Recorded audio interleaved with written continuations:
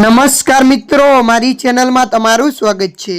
મિત્રો, મુંબઈ જેને દેશની આર્થિક રાજધાની કહેવામાં આવે છે તેના પર ફરી ખતરો મંડરાઈ રહ્યો છે। શુક્રવારે પોલીસે જણાવ્યું કે મુંબઈમાં 34 માનવ બોમ્બ લગાવ્યા છે।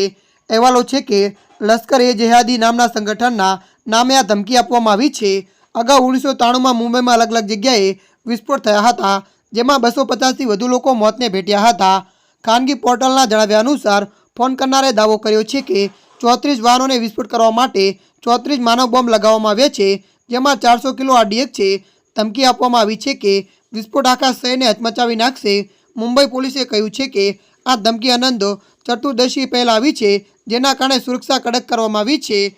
તો વધુ આપને જણાવી દઈએ કે પોલીસનું કહેવું છે કે ધમકીમાં દાવો કરવામાં આવ્યો હતો કે 34 કારમાં સવાર માનવ બોમ્બનો ઉપયોગ 400 કિલો આરડીએક્સ વિસ્ફોટ કરવામાં આવે તો 1 કરોડ લોકોનો જીવ જઈ શકે છે। મહારાષ્ટ્રના થાણે જિલ્લામાં એક રેલવે સ્ટેશનના ઉડાવી દેવાની ધમકી આપવા બદલ સોમવારે એક 43 વર્ષીય વ્યક્તિની ધરપકડ કરવામાં આવી હતી।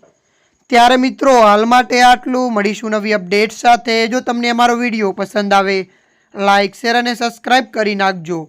ધન્યવાદ।